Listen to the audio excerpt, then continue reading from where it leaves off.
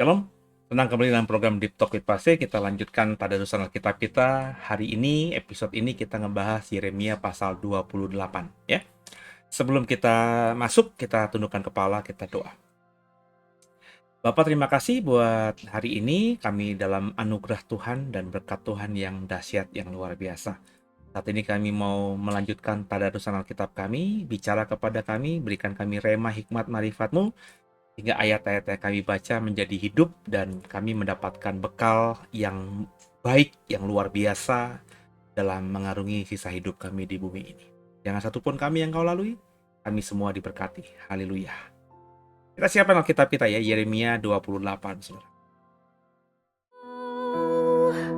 Terlalu besar kasih-Mu Bapa, pengorbanan yang Kau berikan bagiku. Terlalu mahal darah-Mu Yesus tercurah untuk menebus hidupku, tercurah untuk menebus hidupku. Yeremia pasal 28, perikopnya Nabi Yeremia lawan Nabi Hananya. Ini aja mestinya saudara mengerti bahwa Yeremia emang dimusuhi oleh banyak nabi ya. Di pasal-pasal sebelumnya ada disebutkan, tidak disebutkan nama ya, tapi nabi-nabi yang seroh dengan Nabi Yeremia, yakni Nabi Uria mati dibunuh sama Raja Yehuda ya. Dan nabi-nabi yang lebih jumlahnya banyak termasuk Nabi Hananya ini itu menentang Yeremia. Disebut nabi, tapi bermusuhan sama nabi. Ini kan lucu saudara ya, tapi itu fakta. Jadi maksud saya saudara, ketika mendengarkan saya beberapa episode ini, kok saya kayaknya berkata bahwa ada banyak nabi palsu di luar sana. Saya tidak memposisikan diri sebagai nabi benar, saudara ya. Saudara nanti yang uji sendiri, makanya milikilah roh yang memiliki roh. Milikilah roh yang bisa menguji roh itu, saudara ya. Ujilah kami-kami ini yang ngakunya hamba Tuhan. Ujilah kami-kami ini yang semuanya mengaku sebagai pelayan Tuhan ya. Supaya saudara bisa tahu bahwa mana yang benar, sebab ada yang nggak benar. Jadi kalau saya ngomong ada nabi palsu dan orang lain yang ngaku hamba Tuhan juga berkata ada di luar sana nabi palsu, terus seolah-olah kami kayaknya bertentangan satu dengan lainnya. Ini bukan sesuatu yang baru, di Alkitab pun ada. Saya kepengen saudara jadi dewasa begitu ya. Yeremia apakah diam diri ketika Nabi Hanaya ini mengkerdilkan atau merendahkan pelayanannya? Tidak. Nanti kita baca ceritanya. Apakah Hananya juga demikian? Tidak. Ya. Jadi mereka seperti saling serang satu dengan lainnya. Jadi ini fakta. Nabi palsu pasti akan menyerang nabi yang benar, nabinya Tuhan. Dan nabi Tuhan pasti akan berani mengabarkan apapun yang Tuhan taruhkan di hatinya, meskipun nyawa taruhannya. Kita baca aja ayatnya ya. Ayat 1. Dalam tahun itu juga pada permulaan pemerintahan Zedekia Raja Yehuda dalam bulan yang kelima tahun keempat berkatalah Nabi Hananya bin Azur yang berasal dari Gibeon itu kepadaku di rumah Tuhan di depan mata imam-imam dan seluruh rakyat. Beginilah firman Tuhan semesta alam, Allah Israel. Aku telah mematahkan Kuk Raja Babel itu. Dalam 2 tahun ini, aku akan mengembalikan ke tempat ini segala perkakas rumah Tuhan yang telah diambil dari tempat ini oleh Nebukadnezar Raja Babel dan yang diangkut ke Babel. Juga Yekonya bin Yoyakim Raja Yehuda beserta semua orang buangan dari Yehuda yang dibawa ke Babel akan kukembalikan ke tempat ini. Demikianlah firman Tuhan. Sungguh aku akan mematahkan Kuk Raja Babel itu. Lalu berkatalah Nabi Yeremia kepada Nabi Hananya di depan mata imam-imam dan di depan mata seluruh rakyat yang berdiri di rumah Tuhan itu. Kata Nabi Yeremia, amin. Moga-moga Tuhan berbuat demikian. Moga-moga Tuhan menepati perkataan-perkataan yang kau buatkan itu dengan dikembalikannya perkakas-perkakas rumah Tuhan dan semua orang buangan itu dari Babel ke tempat ini. Hanya dengarkanlah hendaknya perkataan yang akan kukatakan ke telingamu dan ke telinga seluruh rakyat ini. nabi-nabi yang ada sebelum aku dan sebelum engkau dari dahulu kala telah bernubuat kepada banyak negeri dan terhadap kerajaan-kerajaan yang besar tentang perang, malapetaka,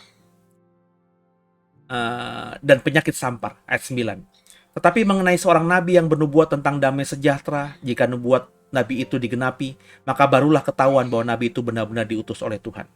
Kemudian Nabi Hananya mengambil gandar itu daripada tengkuk Nabi Yeremia lalu mematahkannya. Berkatalah Hananya di depan mata seluruh rakyat itu, beginilah firman Tuhan, dalam 2 tahun ini beginilah juga aku akan mematahkan Kuk Nebukadnezar, Raja Babel itu, dan daripada tengkuk segala bangsa.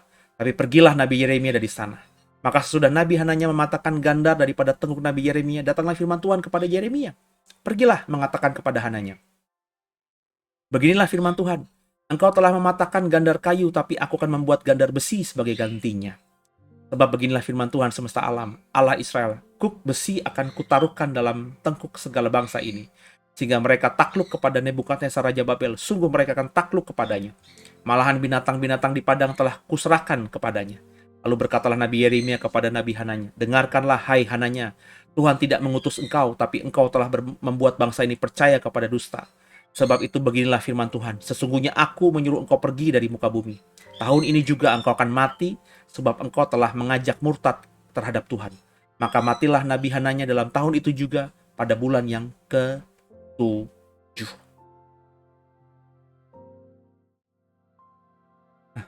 Baca ayatnya. Ya, pertempuran Nabi di rumah Tuhan, disaksikan semua imam dan semua rakyat yang ada di rumah Tuhan itu. Nabi Hananya mewakili, Bapak Ibu tentu selama ini bertanya, mana nabi-nabi yang katanya palsu itu? Ya, Hananya salah satunya. Yang paling ekstrim dan akhirnya dicatat dalam kitab Yeremia karena berani menentang Yeremia secara muka dengan muka. Bertemu di bait Allah, Nabi Hananya langsung berkata, Tuhan berkata kepadaku bahwa semua yang direbut oleh Nebukadnezar akan kembali dalam 2 tahun, termasuk raja dan semua orang-orang dibuang ke Babel akan kembali. Bahkan gandar dalam tengkuk Nabi Yeremia dipatahkannya. Kalau kita baca tadi, Yeremia sempat cute juga. Dalam artian meninggalkan Hananya. So bayangin, ketika Hananya mematahkan gandar kayunya Nabi Yeremia, dan Yeremia pergi dari hadapan Hananya dan tentu pergi dari hadapan imam-imam dan rakyat. Imam-imam dan rakyat mengeluh-elukan Hananya, mengagumi Hananya, mempercayai Hananya, dan menghormati Hananya sebagai nabi, dan Yeremia dianggap loser, nabi palsu, nabi sesat.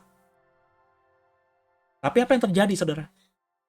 Ketika Yeremia keluar, ya sebagai manusia kadang-kadang kita merasa, ya buat apalah bertikai gitu, biar nanti Tuhan uji aja lah dalam waktunya Tuhan. Kadang-kadang seringkali kita gitu ya. Tapi ketika Yeremia mundur, meninggalkan kerumunan orang yang sedang mengeluh-elukan Hananya, tidak ditulis begitu di Alkitab, tapi saya pakai imajinasi aja.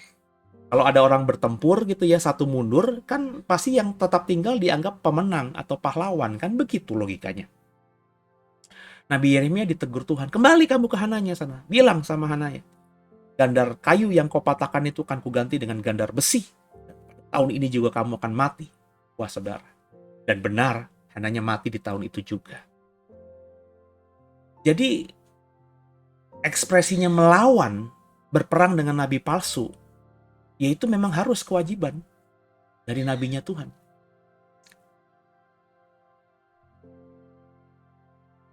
Kalau kesempatannya bisa berhadapan-hadapan sih oke gitu ya.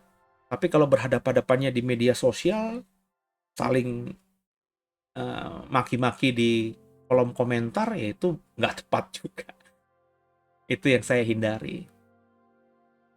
Saya tidak bilang saya nabi, saudara. Tapi saya selalu berusaha dalam apa yang saya bisa lakukan ketika saya mendengar ada orang atau orang yang disebut pendeta atau hamba Tuhan yang punya pengaruh luar biasa kepada banyak orang Kristen, terus mengajarkan sesuatu dan saya anggap itu salah, saya selalu membuat video tandingan untuk saya tayangkan di channel YouTube ini. Mungkin bisa saja ya tidak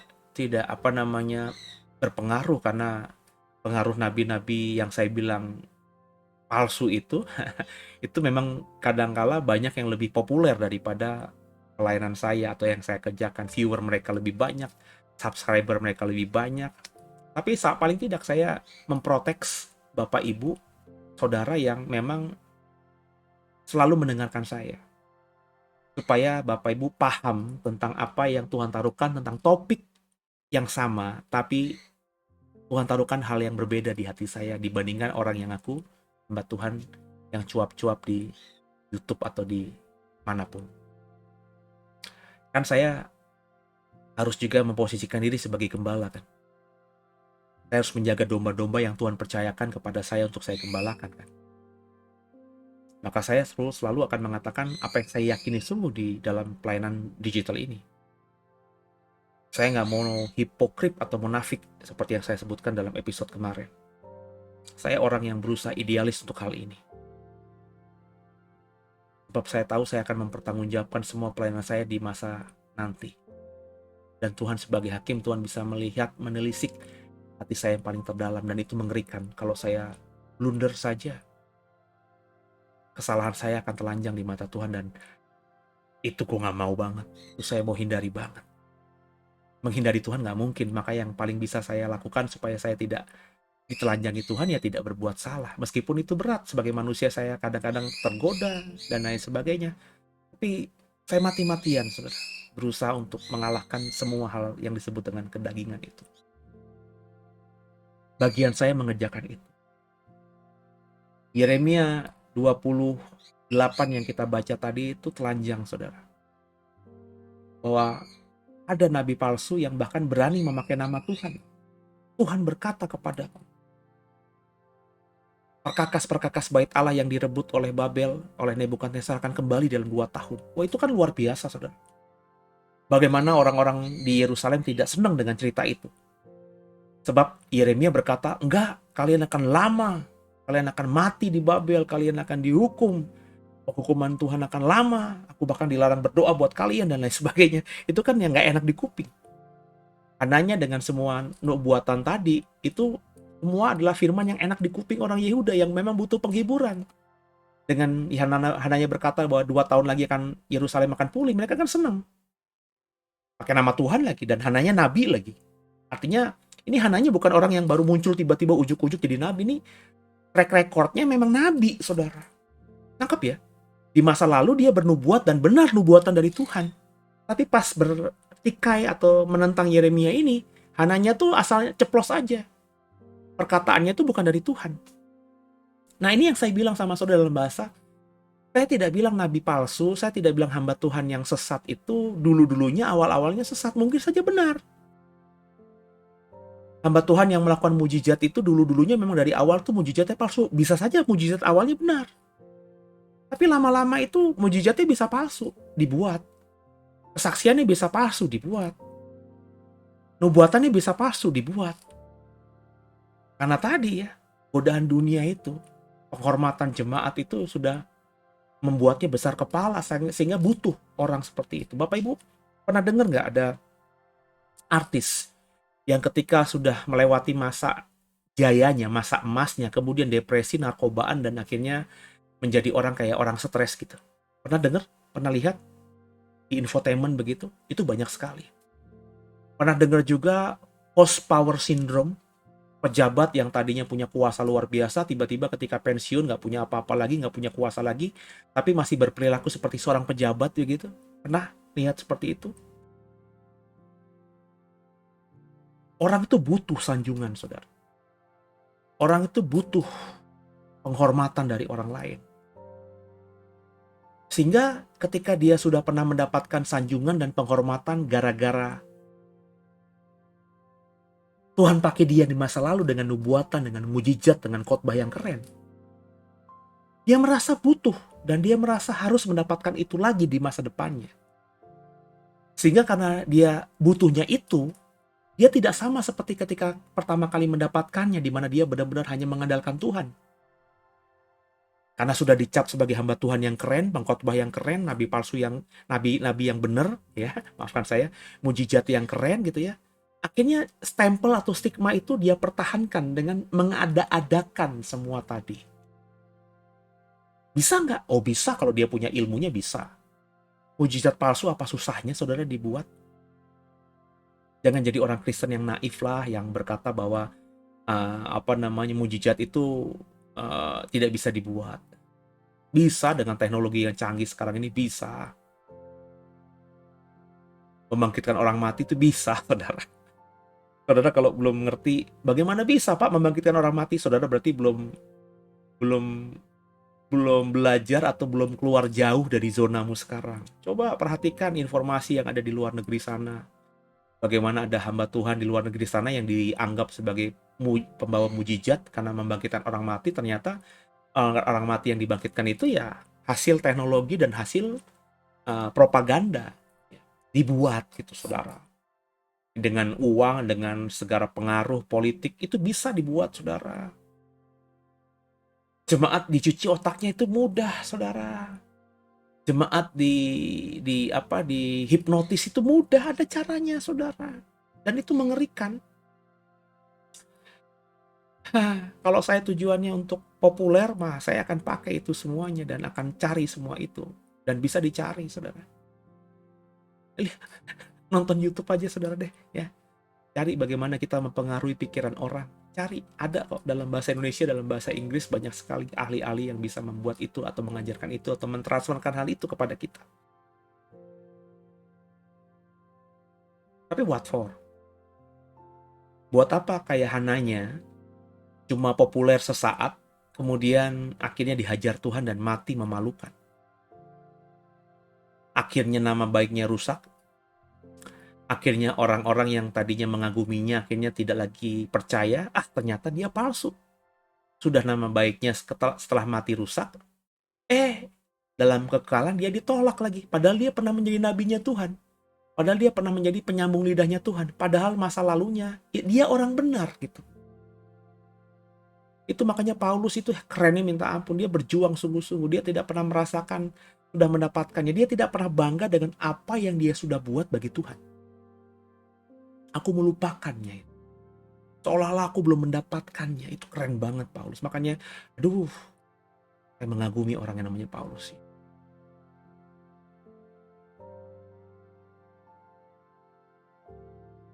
Saudara paham nggak yang saya sampaikan tadi? Maka hari ini kalau saudara dengar orang yang Tuhan berkata kepada saya, Tuhan memberikan saya mimpi, Tuhan bicara kepada saya, Tuhan bertemu dengan saya, Tuhan, saudara jangan terlalu percaya, jangan langsung percaya gitu. Dengar orang yang juga berkhotbah, pakai ayat Alkitab dan khotbahnya itu keren, juga jangan terlalu bangga. Allah pasti malah bikin parno, saya kok jadi orang yang ketakutan. Loh memang kita harus begitu, saudara. Dalam artian kita harus bijaksana supaya kita jangan gampang percaya pada orang atau siapapun yang melabeli dirinya dan dilabeli oleh masyarakat sekitar atau jemaatnya sebagai pendeta, nabi lah. Ujilah dulu semuanya dalam roh. Makanya punyalah roh yang benar.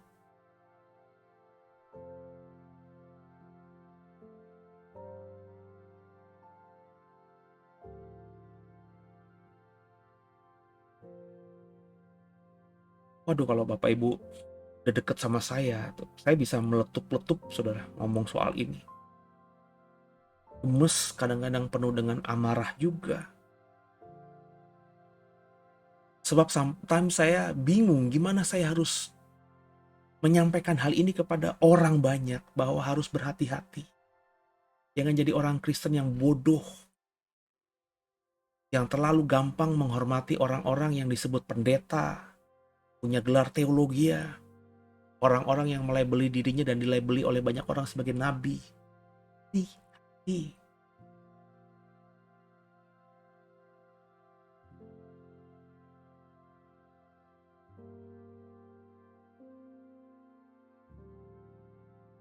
Saya bahkan pernah dinubuatkan orang yang ngaku nabi. Saya aminkan saja karena itu baik untuk saya. Tapi lewat dari waktu yang harus saya lewati dari nubuatan dia itu, saya belum melihat gitu hasilnya atau nubuatannya itu tergenapi dalam diri saya. Saya sometimes kadang berpikir apa sayanya yang brengsek sehingga nubuatan nabi itu mentah gitu, nggak terjadi atas saya. Tapi kalau saya dalami tentang nabi, nabi itu kalau bernubuat nggak mungkin salah. Jadi saya berpikir ini orang cuma cuap-cuap doang. Jangan-jangan apa yang dia nubuatkan kepada saya itu kalimatnya ya sama saja dengan apa yang dia nubuatkan kepada orang-orang lain.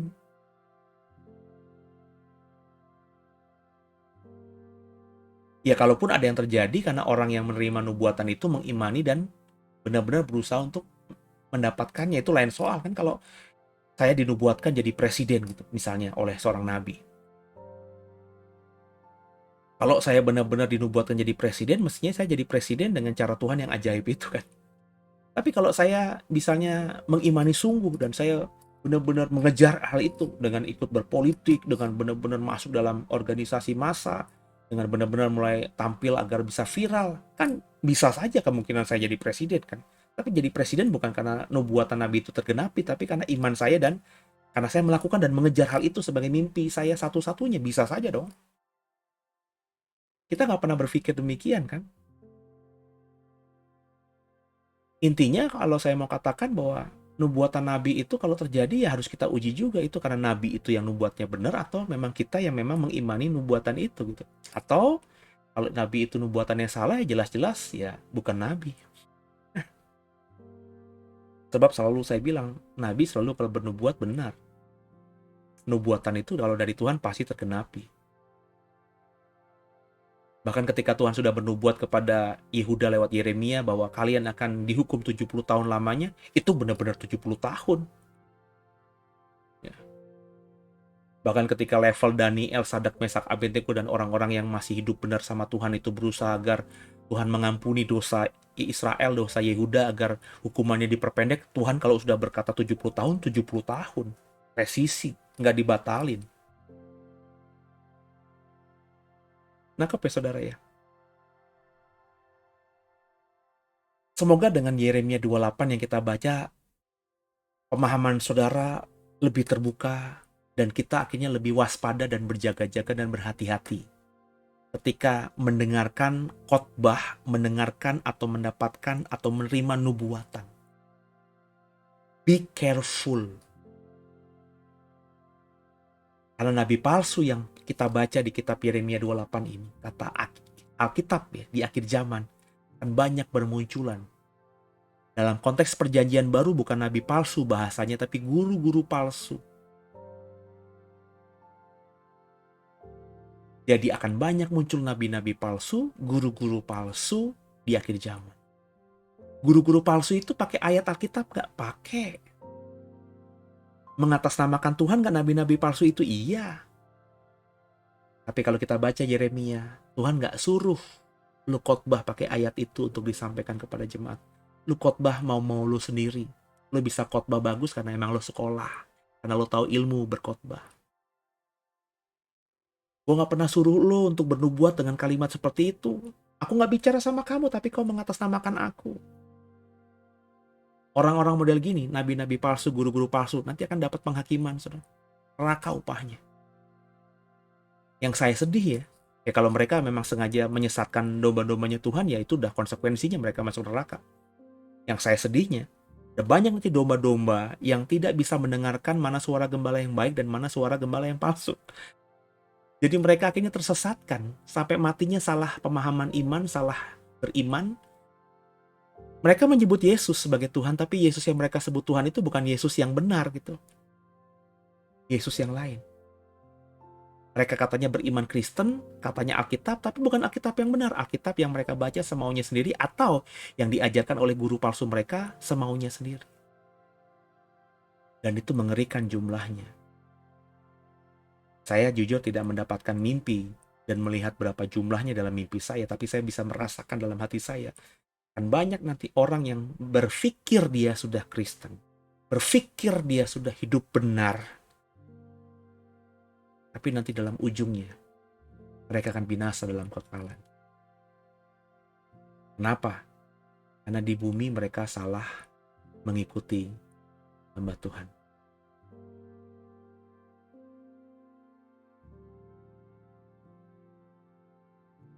Mau dilanjutin, tapi deg-degan saya. Segini dulu aja ya. Selamat weekend. Nanti Minggu dengerin khotbah saya di hari Minggu di The Way. Kalau bisa live streaming, puji Tuhan. Kalau nggak bisa ya, kalau Bapak Ibu jauh dari Serpong, ikuti aja siaran tundanya di online di channel YouTube The Warriors. Kalau Bapak Ibu bisa mengakses gereja kami, kalau mau kenal saya secara pribadi, kalau mau belajar bersama kami, Gereja The Way terbuka buat saudara. Datang ke apartemen Tripak BSD, lantai 1, beribadah bersama kami. Komunitas kami nggak besar, tapi saudara pasti akan berada dalam komunitas yang sudah konsisten akan mengajarkan hanya kebenaran yang dari Tuhan. Semoga kita sama-sama bisa hidup di bumi seperti di surga. Dan ketika waktu kita selesai di bumi, sama-sama kita bisa berada dalam kekekalannya surga. Kekekalan bersama dengan Tuhan selama-lamanya. Haleluya.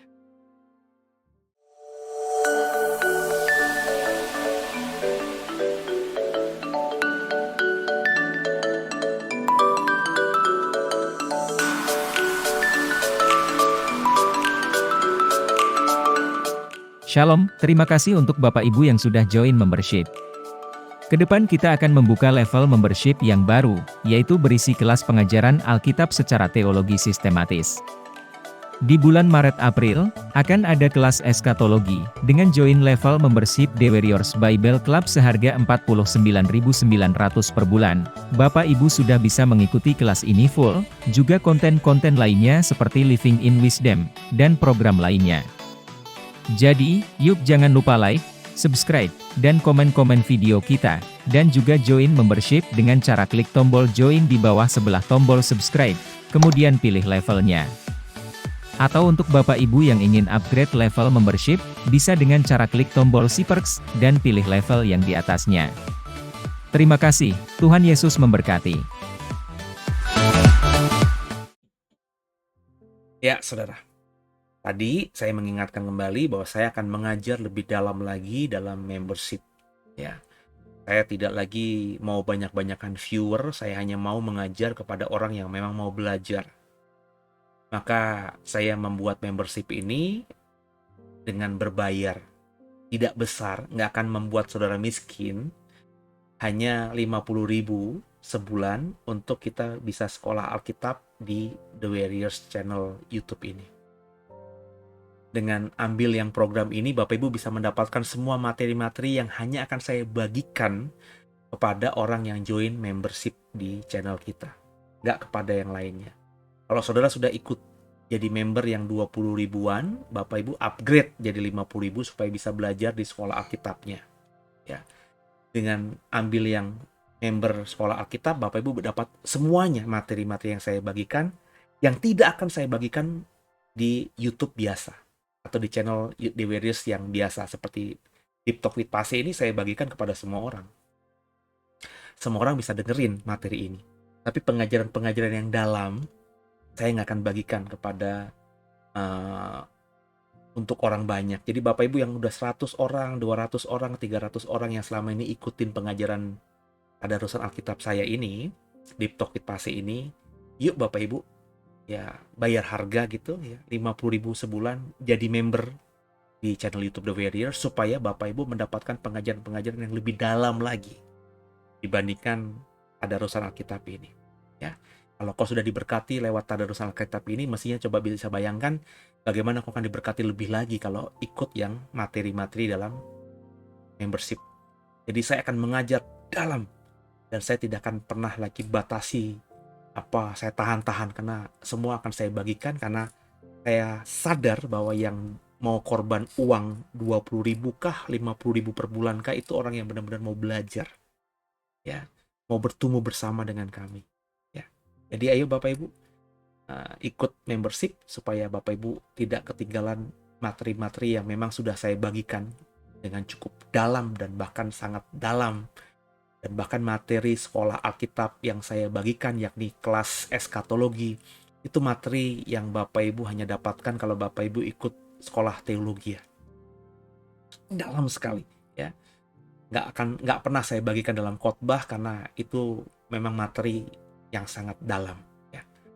Saya bagikan kepada orang awam dengan pakai bahasa yang sederhana supaya orang awam yang tidak mau sekolah Alkitab atau tidak mau sekolah teologi ya, tetap mendapatkan pengajaran yang dalam tapi dengan bahasa yang lebih ringan. Saya sedang coba combine itu. Ya, silahkan diuji, ikut membership dan dengarkan pengajaran yang dalam. Sekian, semoga Bapak Ibu diberkati. Jangan lupa terus doa agar saya dan pelayanan The Way terus jadi berkat bagi banyak orang. Dan saya di sini tidak sebutkan Bapak Ibu satu persatu, tapi berjanji selalu mendoakan Bapak Ibu yang selalu bertadarusan bersama dengan saya yang jumlahnya sekitar 100, 200, 300 ini agar terus bertumbuh imannya. Tundukkan kepala kita doa. Makasih Tuhan buat episode ini, tadarusan Alkitab kami hari ini. Berkati semua yang sudah mengikuti, berkati semua yang sudah belajar bersama, kasih like di channel ini, share program ini kepada yang lainnya, berkati tangan mereka, upah mereka untuk jadi orang yang mengemban amanat agung dengan men-sharekan link ini tergenapi dalam hidup mereka.